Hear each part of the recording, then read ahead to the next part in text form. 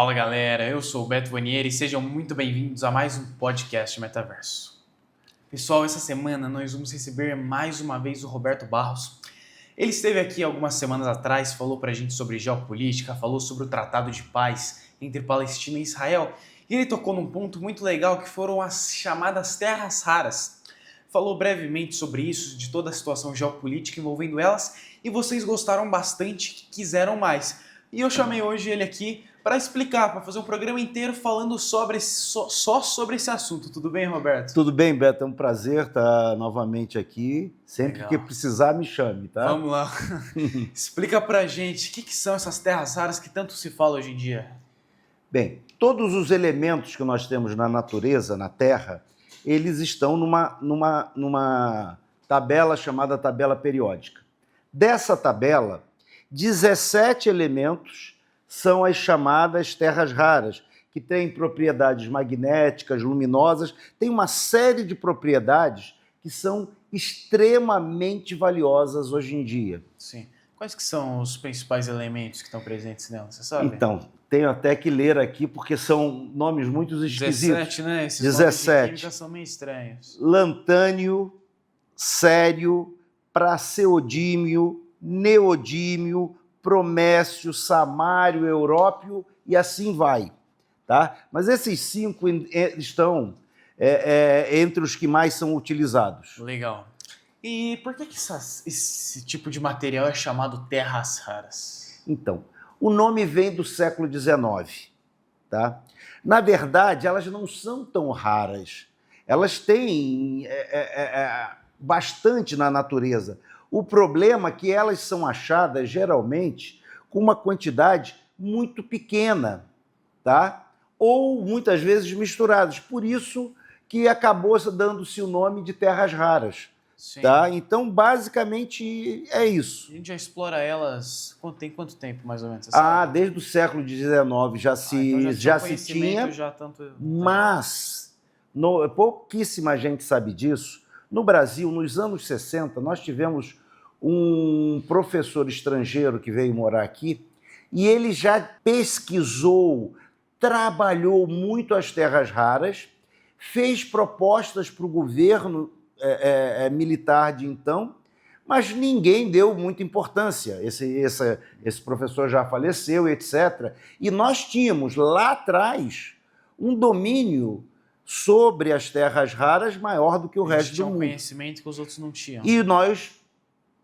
perdemos esse conhecimento. Você acha que a gente desaproveitou? Não utilizou da forma correta? Não utilizou, ficou com ele, as pessoas não deram a importância que hoje tem.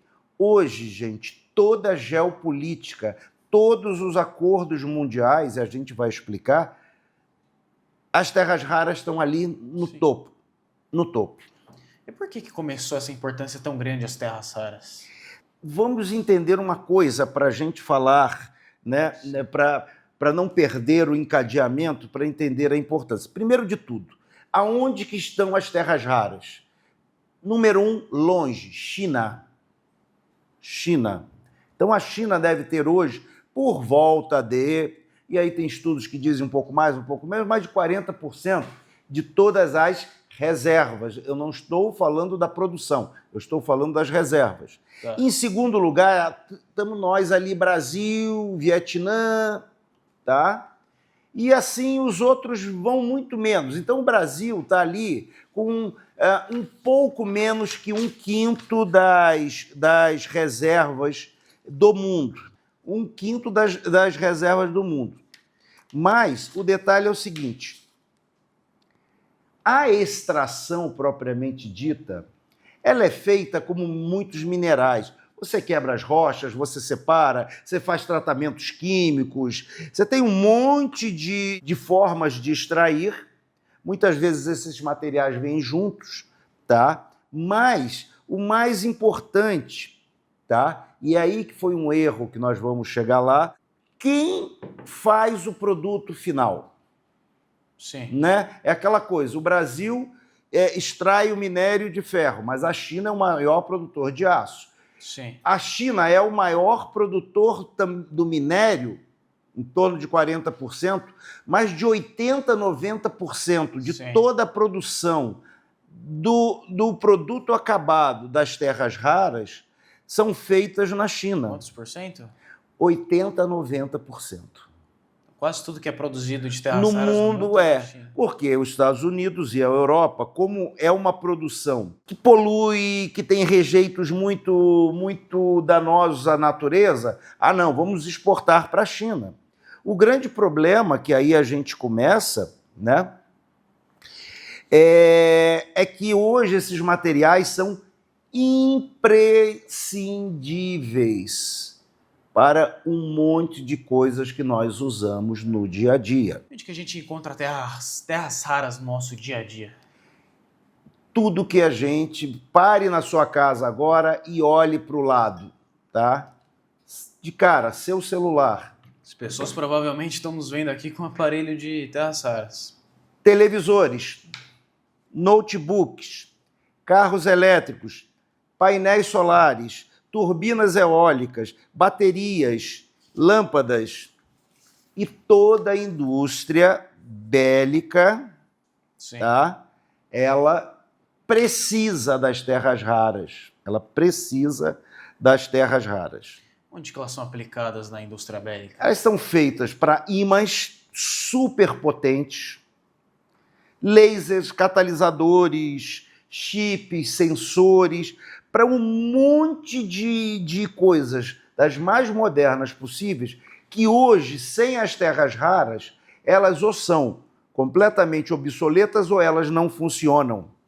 Tá? Sim, sim. Então, hoje a gente fala que as terras raras elas são insubstituíveis num monte de produtos modernos de armas e afins.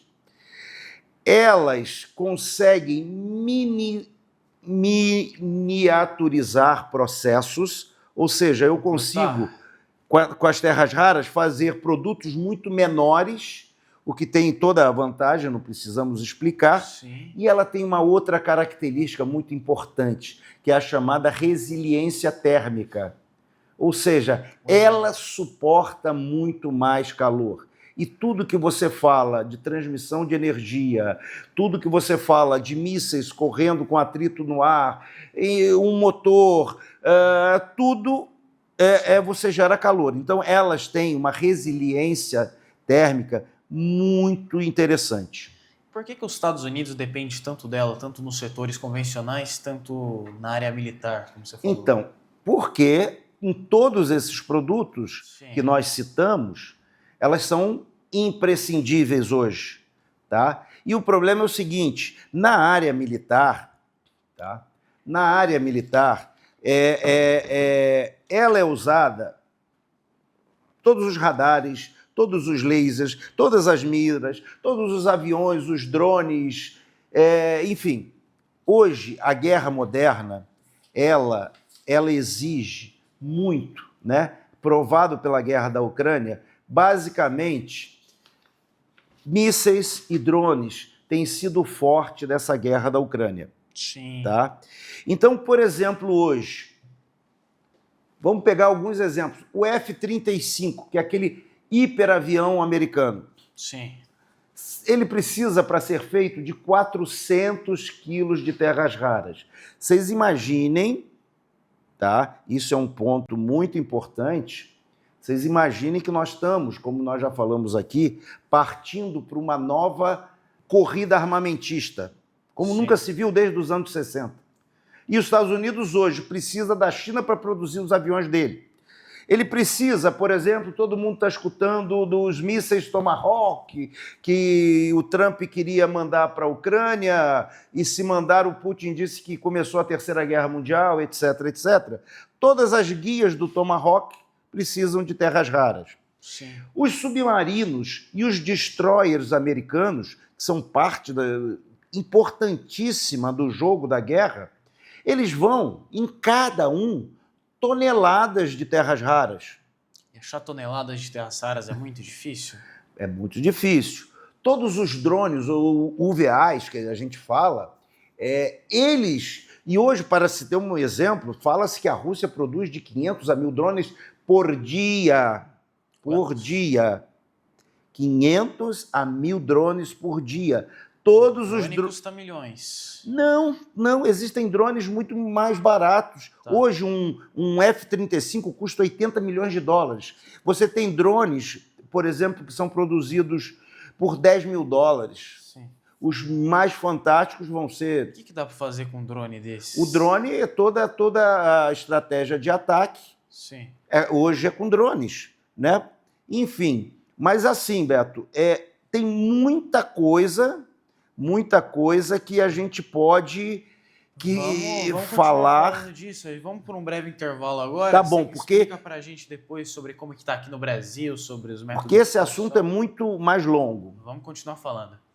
Pessoal, vamos para um breve intervalo. Quero dar aquele recadinho que vocês já estão acostumados, que é anunciar sua empresa, sua marca aqui no nosso podcast. Entre em contato com a nossa equipe, nosso número está sempre aqui na tela. Mas é isso, vamos para um breve intervalo, voltamos já falando de terras raras.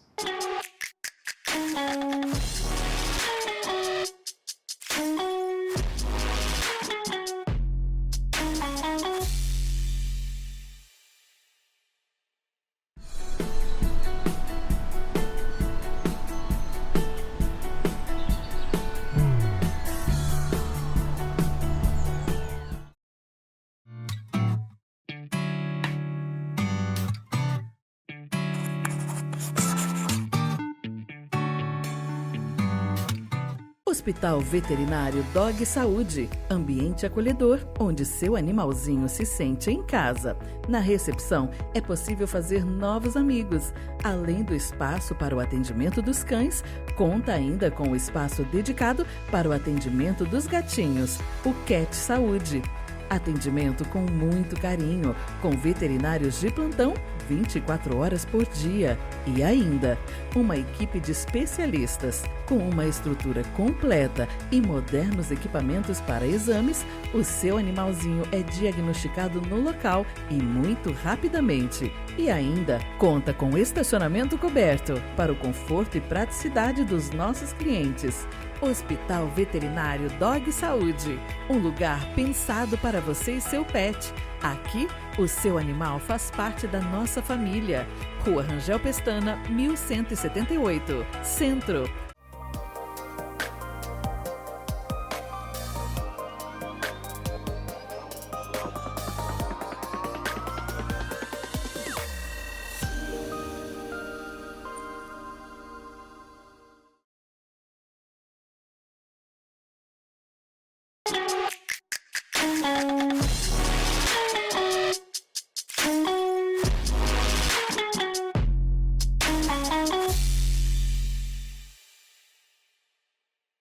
Pessoal, voltamos aqui com o podcast. Para quem está chegando agora, a gente está recebendo mais uma vez o Roberto Barros. Ele esteve aqui algumas semanas atrás, falou para a gente sobre algumas questões geopolíticas, falou sobre economia e ele tocou brevemente num assunto que vocês gostaram muito, que foram as terras raras. Com isso, eu resolvi trazer ele aqui para fazer um programa inteiro só falando sobre esse assunto, que é uma das coisas mais atuais que tem no mundo, né? Ele estava falando sobre as terras raras, ele deu uma ênfase nos Estados Unidos. Continua falando um pouco mais para a gente nessa linha da importância geopolítica das terras raras? Claro, Roberto. Nós estamos falando das armas americanas, como os drones submarinos, destroyers, os mísseis como o Tomahawk, etc. Todos eles vão uma quantidade enorme de terras raras. E conforme nós falamos aqui, o mundo está numa instabilidade geopolítica muito grande, né? Nós falamos alguns programas atrás sobre a paz em Gaza, só que depois disso já tiveram um monte de novos ataques. A Síria está totalmente desestabilizada. Israel ameaça atacar o Irã. A guerra da Ucrânia, por exemplo, os Tomahawks. O Trump ameaçou mandar Tomahawks para os ucranianos. Só que para manipular os Tomahawks, são soldados americanos. Para transportar, são soldados americanos. São os radares americanos que vão guiar. Portanto, a Rússia entende, e já passou o recado, que se isso acontecer, é o início da Terceira Guerra Mundial.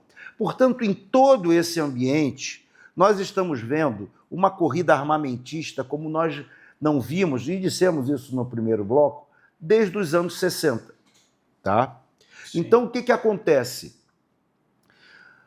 Todo o planeta Terra, China, Índia, Paquistão, o Irã está produzindo armas como nunca, a Rússia, a Europa e mesmo o Brasil.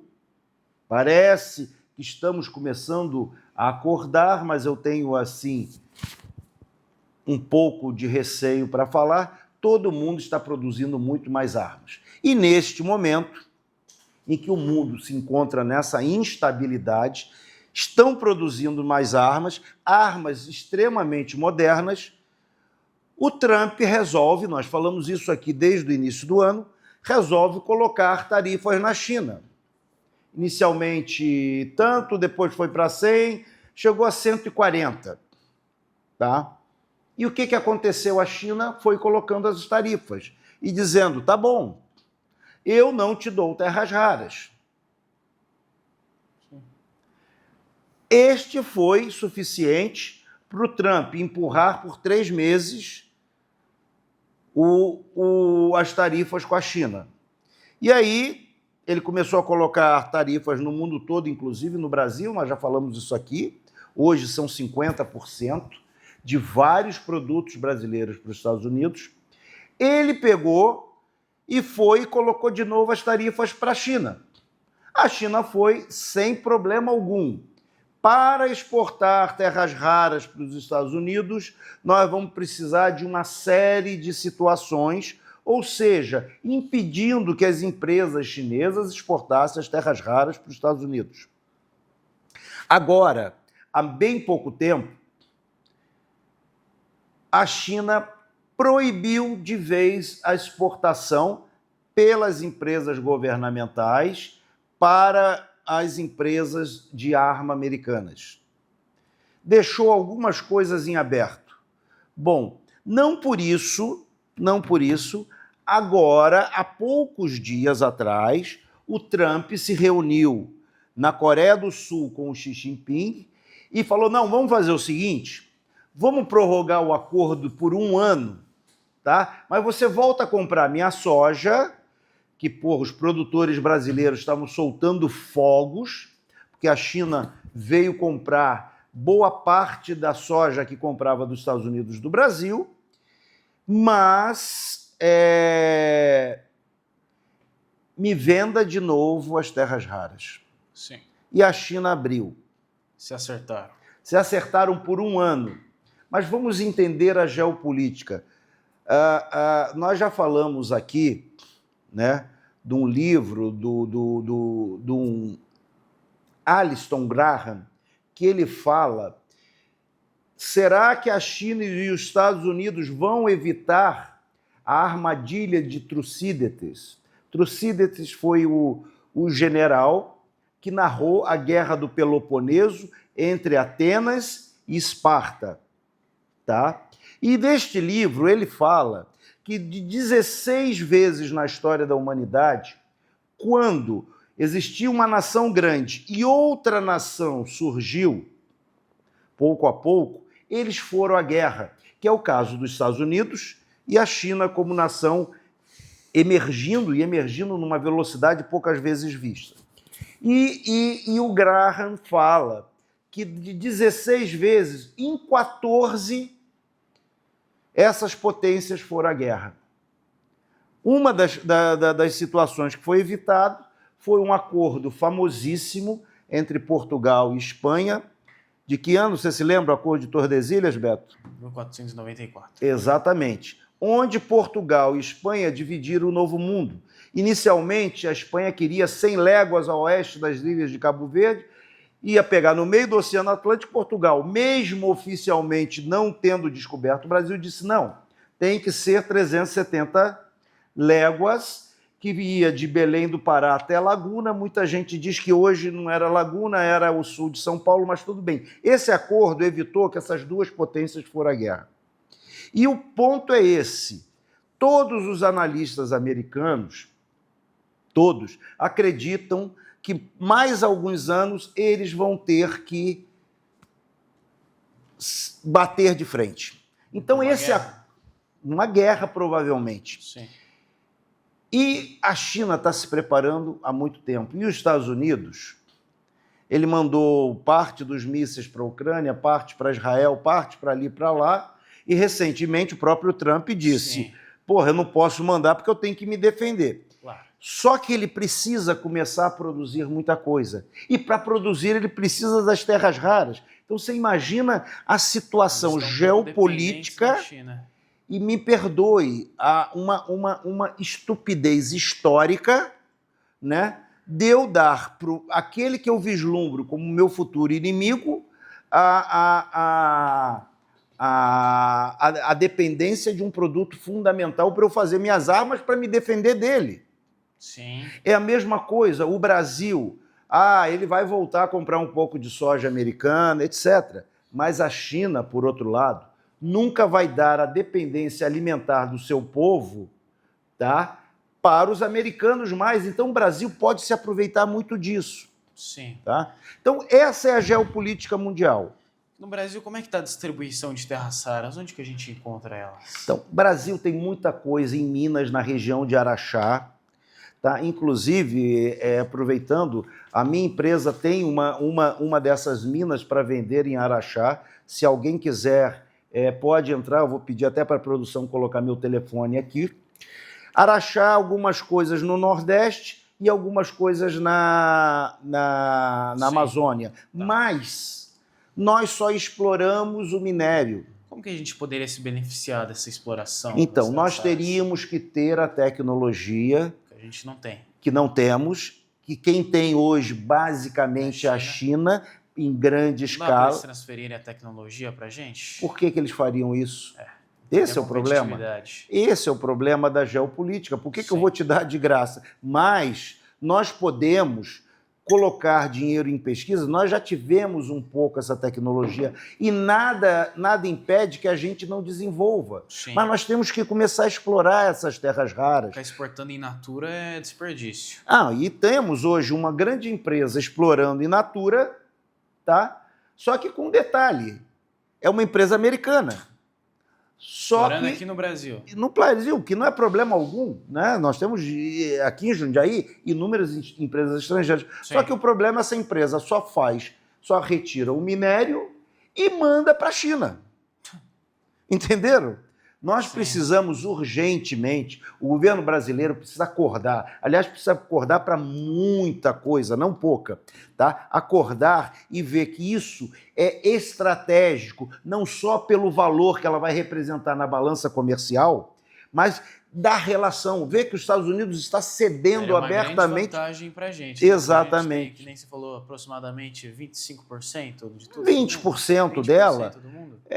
Teríamos que aproveitar, mas infelizmente... Isso vai ser o material do futuro, não vai? Ele já é o material do presente e no futuro será ainda mais importante. Sim. Isso nos confere um poder geopolítico nas negociações. Aí, né? Fantástico. Mas vamos ver se o Brasil acorda, né? Vamos ver. Roberto, obrigado mais uma vez aqui pela sua participação, por nos informar, tá bom? Eu que agradeço, é sempre bom vir ao seu programa, eu assisto todos, são sempre maravilhosos, parabéns. Obrigado, volte sempre aqui, tá? As portas estão sempre abertas. Muito obrigado. Quero agradecer também vocês que nos acompanharam durante toda essa entrevista de hoje. Nos vemos na próxima edição aqui do podcast Metaverso. Falou, galera!